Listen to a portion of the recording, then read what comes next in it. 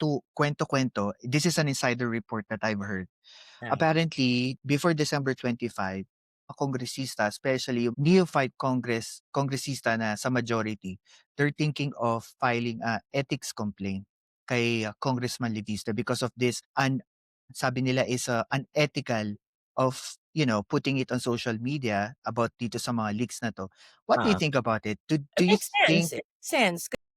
Being a congressman, naman dapat tamang gano'n na mag-e-expose ka, magsasalita ka ng isang bagay na gano'n. Ano 'yun, nag-iingay ka lang, 'di mo kayang patunayan, nung hinihingan ka na ng na ilabas mo or something, bigla kang magba-back out. Parang 'di ba, ang pangit nung gano'n. Kagaya nung si Kiko Barsaga, 'di ba, kaya finailan din niya ng ethics? oo, ethics. Gano'n din ang ginagawa kasi ni Leviste. Nag-iingay sila, nagsasalita sila ng kung ano-ano and yet hindi naman nila kayang patunayan. Kung sana inilabas nila yung mga sinasabi nila, walang problema kasi ilabas mo at kung talagang totoo yung sinasabi mo, ang loob mo regardless may mga death threat ka diyan kung alam mo bang nasa tama ka, eh, at alam mo makakatulong 'yan sa kapwa mo Pilipino. Tutal nakaupo ka diyan 'di ba? Ano bang goal ninyo to serve the country?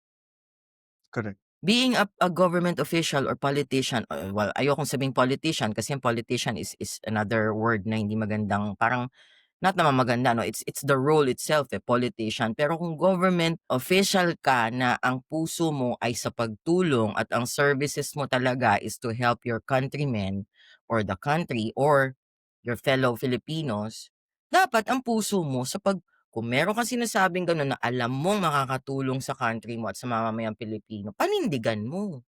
Mhm. Nag-iingay ka lang for publicity, nag-iingay ka lang para mapansin ka, nag-iingay ka lang for attention, nag-iingay ka for sympathy, nag-iingay ka dahil gusto mong tumakbo sa eleksyon at sumikat ka ngayon, nag-iingay ka na para sa 2028, eh, makaupo ka ulit ng kung anong posisyon na gusto mo. Unahin nating isipin yung fellow Filipinos natin kasi kaya nga kayo nandiyan binoto kayo to serve the country, to serve the Filipino people, hindi para sa kung ano pa man. Kasi kung self-serving lang 'yan, pangit, 'di ba?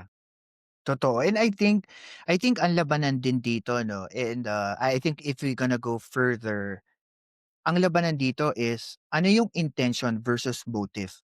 Mhm. Kasi kung ang intention mo bilang kongresista is to actually, you know, to let people know na may corruption, okey siya. Yeah, Pero yung kung motibo mo lang mag-ingay sa social media, hindi. makuha yung atensyon ng publiko, it's a disservice to everyone.